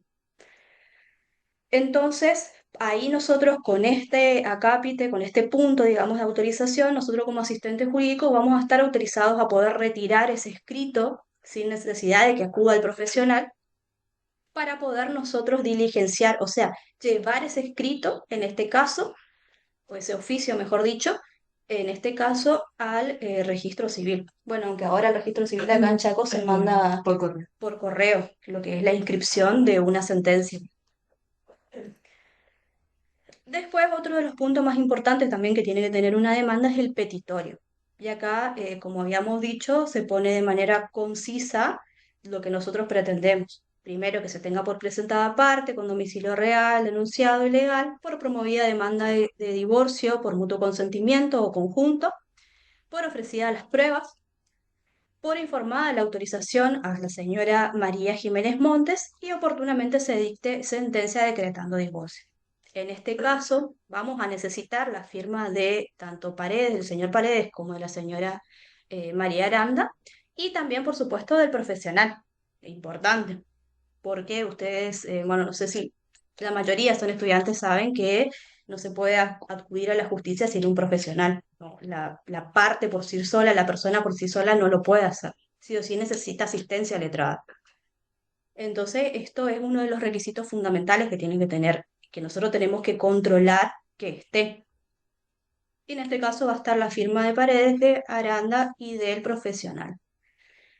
Acá se puede dar el caso que le estaba comentando hoy Natalia del reconocimiento de firmas. Si bien esto van a presentarse estas partes en el estudio jurídico de los abogados para firmar, una vez que nosotros hagamos la presentación de esta demanda, el juzgado le puede citar a Paredes y Aranda para que hagan el reconocimiento de la firma. Y no solamente de la firma, sino el contenido. Es decir, que sea verdad que ellos dos quisieron presentar este divorcio en conjunto. Eso es por una primera parte, que es lo que le trajimos de este caso, para que ustedes sepan y por ahí vean la importancia de cuál va a ser la labor diaria que van a tener como asistente, de controlar más que nada lo que es, no, a veces también se le va a pedir que redacten, ¿no? Teniendo en cuenta los hechos, buscando también doctrina y jurisprudencia aplicable al caso, es decir, que tengan que ver con lo que nosotros estamos pretendiendo en la demanda, que podamos analizar qué artículos dentro en este caso, por ejemplo, dentro del Código Civil se aplicaría este caso de divorcio. Siempre igual esto ya sabemos que el profesional es el responsable, por lo tanto tendría que ser la persona que va a dar el visto bueno a la hora de hacer la primera presentación, digamos. Pero por ahí estas tareas de hacer un proyecto, si se quiere, de demanda, podríamos llamar proyecto de demanda, por ahí y casi siempre va a ser tarea de un asistente jurídico. Y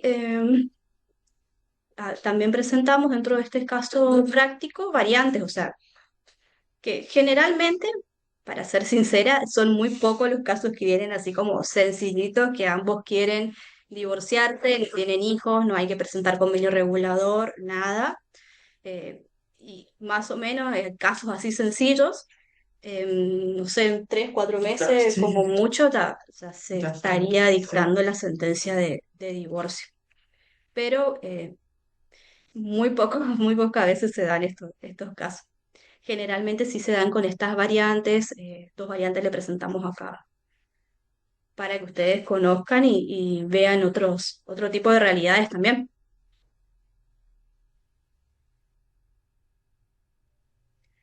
Bueno, esta variante del caso que presentamos va a decir, por ejemplo, que María Aranda y Juan Ignacio Paredes tienen dos hijas en común. Habíamos dicho entonces que en el primer caso no tenían hijos, no tenían bienes. Ahora dicen que sí, que tienen dos hijos en común, una Luz de 8 años y otra Maite de 11 años.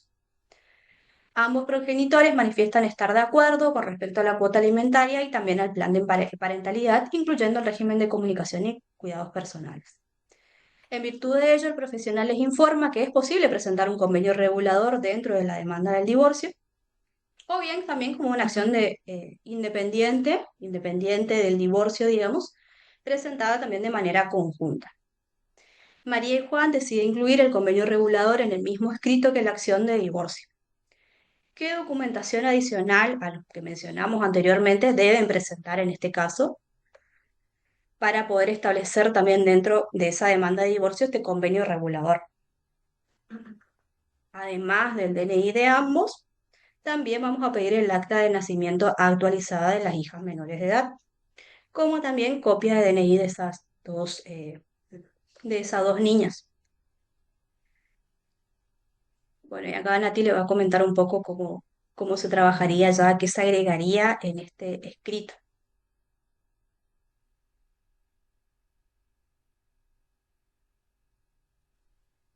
Bueno, teniendo en cuenta esta variante o cómo se acomplejizó un poco el caso base que presentó Marianela, solo a los efectos de introducir una cuestión más que es el convenio regulador.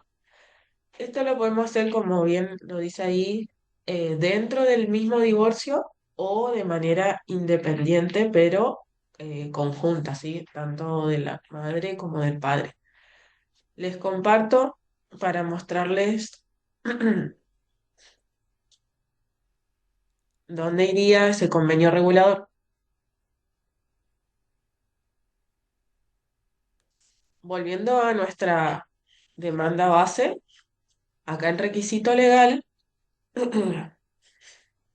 hay una parte que dice que por imperativo legal a cumplir con la formalidad del artículo 438 del Código Civil en cuanto a los requisitos para dar trámite a la petición del divorcio, manifestamos que no tenemos hijos ni bienes muebles e inmuebles en común. Esto era en cuanto a nuestro caso anterior.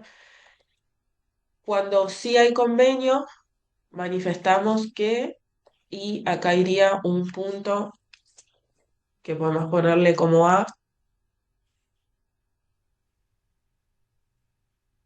convenio regulador, y abajo empezamos a nombrar. En cuanto nuestros hijos menores, quiénes son, los individualizamos con nombre, DNI, edad, acordamos lo siguiente. Y ahí iría alimentos, ¿sí? Cuota alimentaria,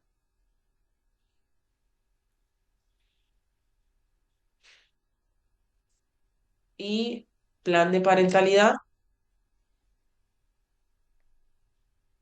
que son el régimen de cuidado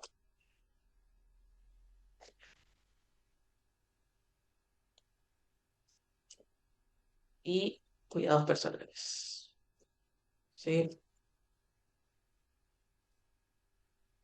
Eso iría detallado como en el convenio regulador y lo que también tendríamos que agregar es la parte de, en el petitorio, un punto más que se tenga por presentado convenio regulador. ¿Qué va a pasar con este convenio regulador? Desde el juzgado nos van a llamar para que tanto la señora como el señor digan si firmaron ese convenio y si el contenido de ese convenio es correcto, ¿sí? Una vez que ellos ratifiquen tanto la firma como el contenido, se va a labrar un acta de oficio nomás en el juzgado que se va a introducir en el expediente diciendo que el fulano y la fulana se acercaron al juzgado y que ambos reconocieron tanto el contenido como la firma y que se puede proseguir para dictar sentencia, ¿sí? Es muy importante eso de otra forma para no estar haciendo verificación o ratificación de firma es pasar por la escribana y pedir que nos certifique la firma, ¿sí? Ahí no nos van a llamar desde el juzgado para realizar ese punto.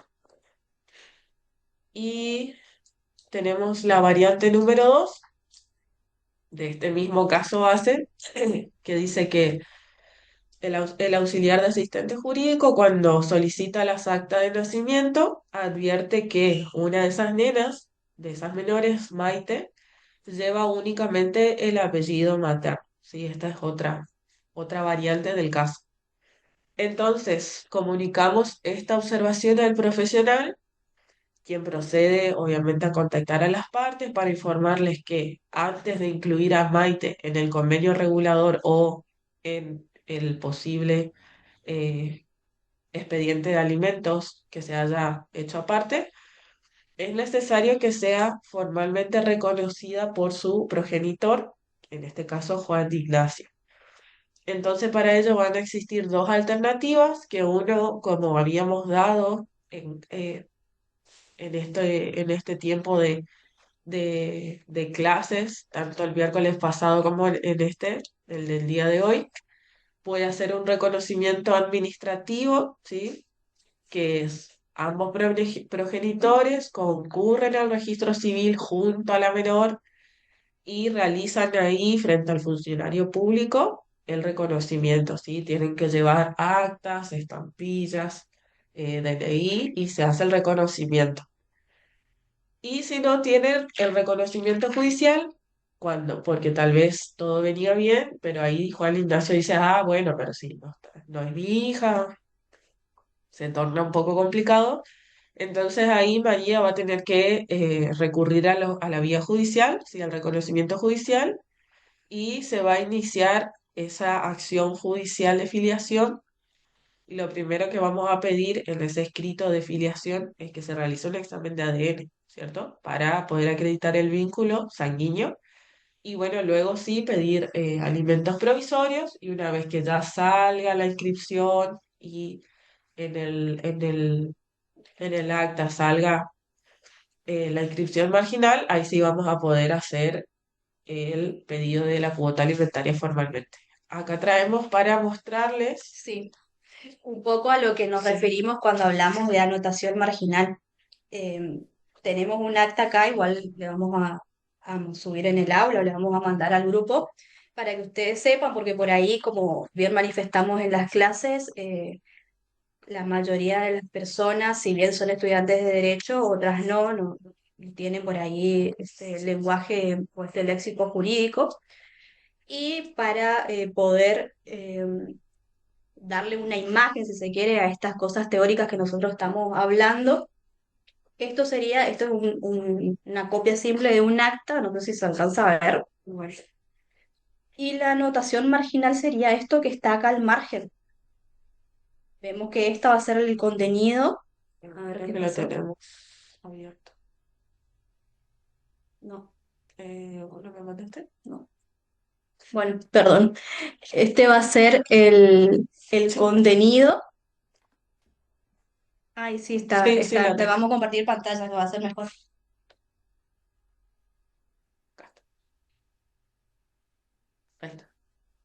Bueno, como le había dicho, este es un modelo de acta que nosotros, un modelo de acta, perdón, un acta que tenemos y la cual la anotación marginal vendría a ser esta anotación, por ejemplo, en este caso es de un reconocimiento de una persona.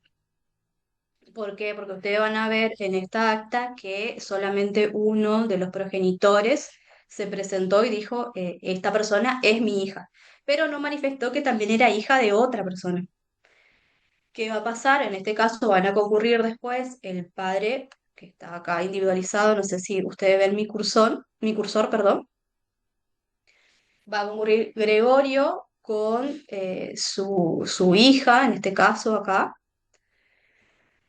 que se llama Carmela, vamos a ponerle, y van a concurrir con la madre de Carmela a hacer un registro o un reconocimiento voluntario en el registro civil. Y esta va a ser la anotación marginal, se va al margen de este primer contenido, dentro de lo que es un acta de nacimiento en este caso, por ejemplo. Lo mismo va a pasar con un acta de matrimonio. Cuando se haga después un divorcio, se decrete el divorcio para que empiece a surtir efectos de ese divorcio, tiene que tener esta anotación marginal también, o sea, acá al costado. Bueno, eso también le trajimos para que ustedes puedan ver a qué nos referimos cuando hablamos también de anotación marginal dentro de lo que es un acta propiamente dicho. No sé si algo más. No, no. Bueno. Creo que por hoy ya Profe, estamos. Sí. disculpe, ¿y si no se hace por escrito la nota marginal? ¿Qué pasaría en ese caso? Si no se hace voluntariamente, decís, Ajá. y ahí se hace una acción de filiación, que es la otra, no sé, a ver si te muestro acá en el caso, que dice ahí cuáles son las dos alternativas. El reconocimiento administrativo, que se hace de manera voluntaria, digamos, ahí no están compartiendo, perdón. Y si no, otra de las alternativas o posibilidades es el reconocimiento judicial, que ya es un proceso de filiación, es decir, la madre o el padre que quiere que la otra persona reconozca a ese hijo, inicia una acción de filiación. Ya es un Ah, ok, proceso ok. judicial. Es judicial ya. Ya estamos en estrados judiciales. Bien. Perfecto. Gracias. Bueno, ¿alguna duda al respecto con esto? Nosotros también le queríamos mostrar con Nati, bueno, tenemos todavía 10 minutos de clase, más o menos cómo es. Igual nosotros lo vamos a volver a tocar en el módulo 4 todo lo que es el sistema judicial, la parte de cómo se presenta una demanda, dónde se presentan los escritos, cómo ver las notificaciones, el control de trámites propiamente dicho. Lo vamos a ver también en el módulo 4 donde vamos a ver de varias provincias, no solamente de la provincia en la cual ejercemos nosotros, que es en la provincia del Chaco. Pero sí le queríamos traer a mostrar cómo se hace, por ejemplo, la primera presentación, es decir, cuando nosotros iniciamos una demanda en este caso. Así que ahí les mostramos. Ahí todos ven, ¿no es cierto? Sí. Este es el Poder Judicial de la provincia del Chaco, con el cual nosotros trabajamos todos los días. Queremos mostrarles eh, cómo sería para subir una demanda, ¿no es cierto? O un escrito inicial. Supongamos que ya terminamos todo ese escrito que hoy estuvimos mostrando, ya escaneamos todas las documentales, ya hicimos por un lado la recopilación de documentales y por el otro del escrito ya firmado. Y tenemos que ahora es manifestar, ¿no es cierto? eh, de una forma que el Poder Judicial pueda saber. Esa forma es a través de estos sistemas. En este caso sería ingreso digital de demandas, el modelo IURE. Ingresamos y tenemos que acceder al sistema IURE. Lo que tiene por ahí el Poder Judicial es que te va abriendo muchas pestañas, pero ustedes me avisan si siguen viendo o no. ¿Me siguen? No sé. A ver si se ve. Sí, se ve. Sí, Sí, profe. doctora, se ve. Bien, bien, bien. Bueno, con usuario y contraseña que va a ser del profesional del que esté a cargo del estudio jurídico o del cual ustedes trabajen, digamos, a cargo. El firmante. Y obviamente tiene que ser el firmante porque a veces son varios profesionales. Bueno, el que firmó ese escrito es el que tiene que abrir el IURE, ¿sí? Nos vamos a nueva demanda y ahí nos abre. Ámbito de presentación, en este caso va a ser juzgados ordinarios. Circunscripción, nosotros estamos en Resistencia, o sea, circunscripción 1. Fuero va a ser niñez, adolescencia y familia. Objeto del juicio va a ser divorcio. Monto, vamos a tomar el primer caso que no tenía nada, o sea, 00. Y con habilitación común nomás, ¿sí? No hay observaciones y agregaríamos la documental y el escrito escaneado. A mí ya por defecto me sale directamente demanda y yo tengo que ir directamente a mi computadora a seleccionar. Y buscar la demanda. Voy a agarrar un documento X, pero porque no hay, en este caso es a modo de ejemplo, ¿sí? Y voy a agregar.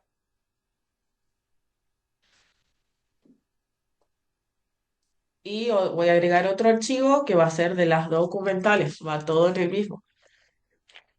Y selecciono otro de manera aleatoria. En este caso, por ejemplo, nosotros al momento de escanear tanto la demanda inicial como las documentales, tenemos que tener dos archivos separados, como bien lo está cargando acá la profesional, Sí. la doctora. Eh, y tenemos por ahí el juzgado nos pide a modo de colaboración que el nombre del archivo también esté, por ejemplo, inicio demanda de divorcio, que tenga un nombre que ellos puedan identificar en donde diga nombre de archivo. Ajá. Al momento de escanear ustedes y guardar en su computadora, ya le pueden cambiar el nombre ahí y poner escrito inicial o demanda.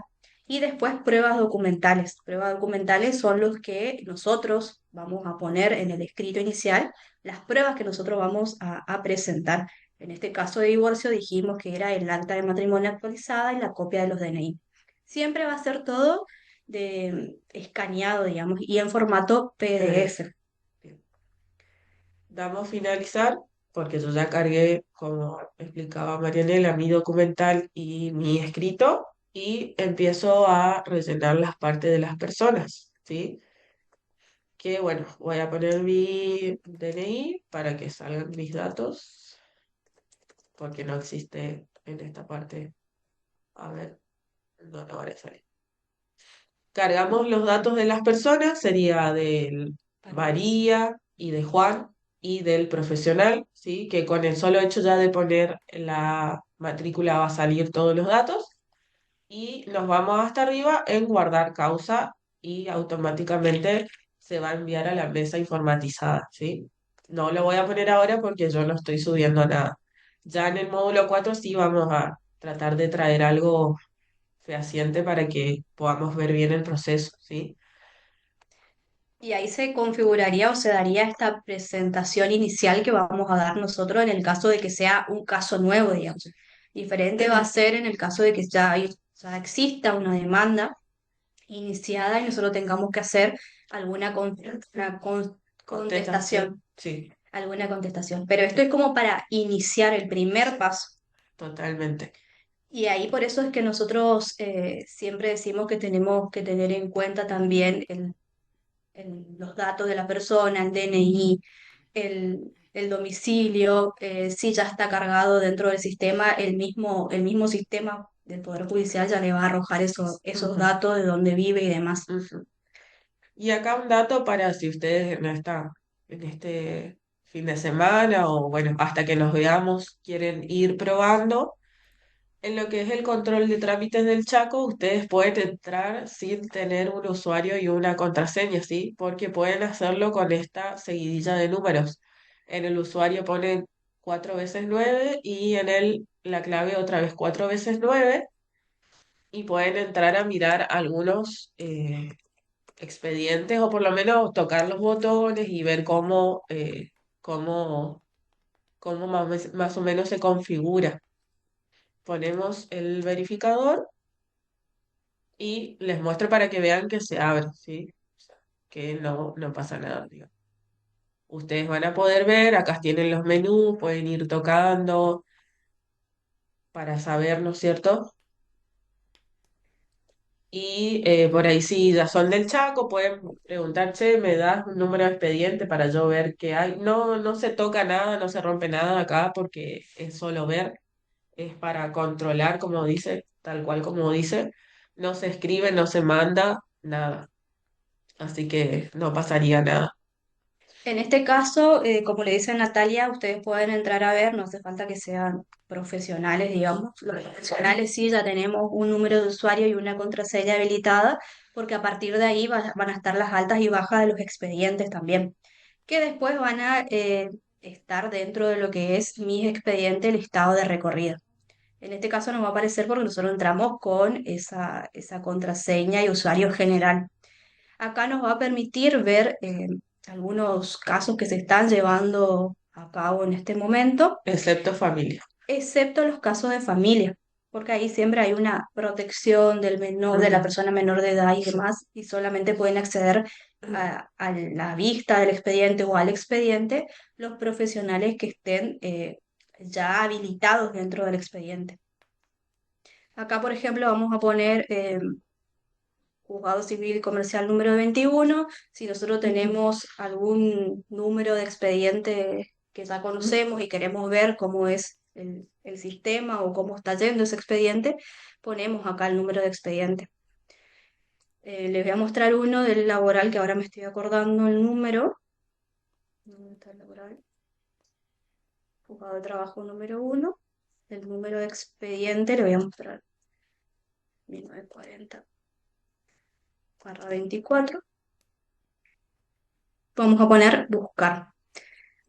Y ahí ya nos va a arrojar un resultado. Esta es la carátula del expediente. En esta primer parte, esta primer persona individualizada acá, va a ser el actor.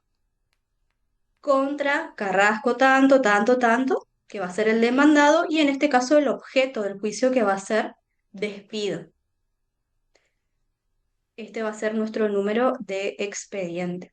Y acá en historia nosotros podemos mirar todo lo que se llevó a cabo dentro de ese expediente, todo lo actuado, digamos. Y acá vamos a poder pasar también a la página número 2, por ejemplo. ¿Vieron? Ahí. Es eso. En este caso, como le dije, sí, el sistema ya les permite a ustedes acceder, digamos, para poder ver, para poder consultar expedientes sin que sean profesionales. Ahora sí, los profesionales tenemos un código ya asignado, digamos, al momento de matricularnos. Bueno, ya estamos en hora. No sé si tienen alguna duda Chico. al respecto.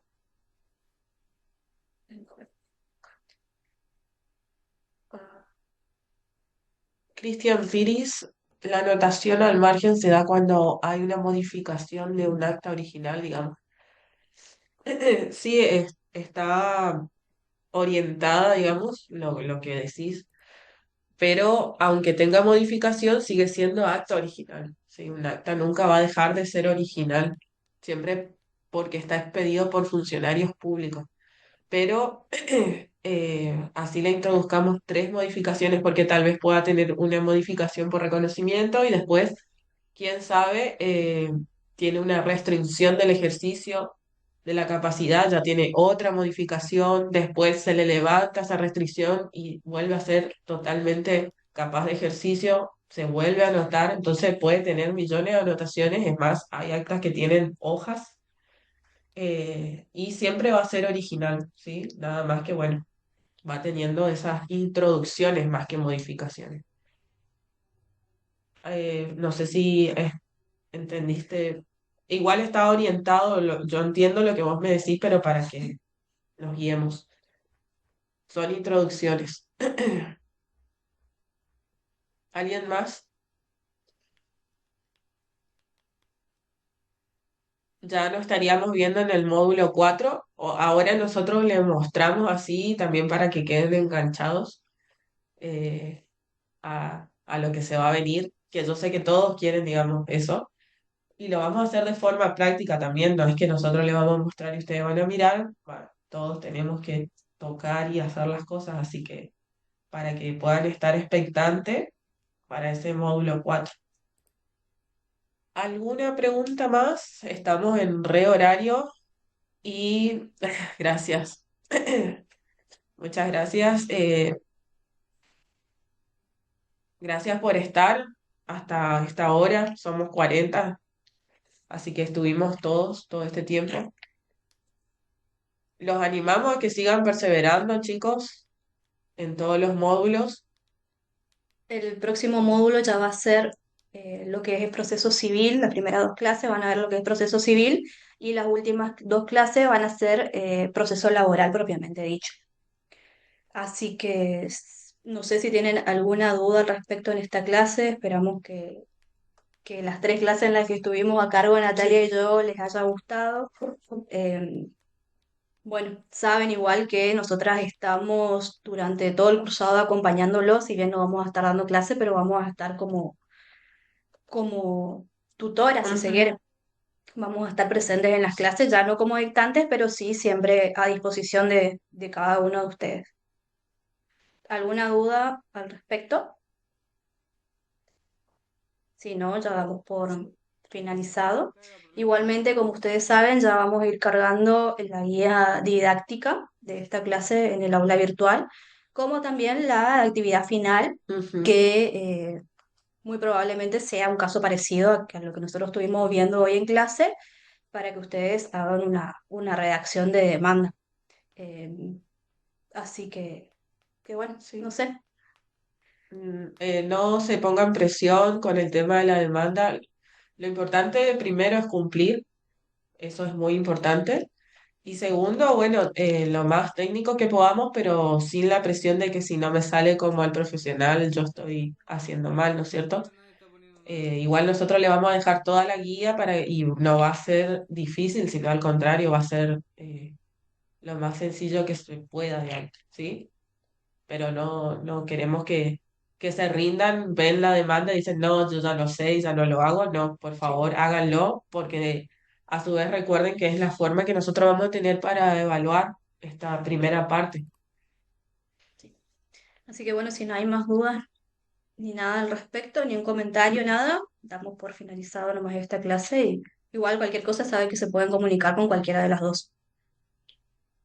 Así que bueno, Bueno, gracias. gracias, chicos. Buen fin de Buen semana. fin de...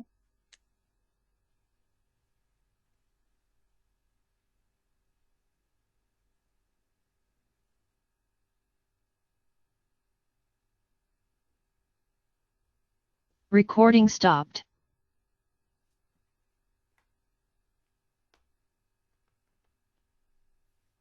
Salimos nomás.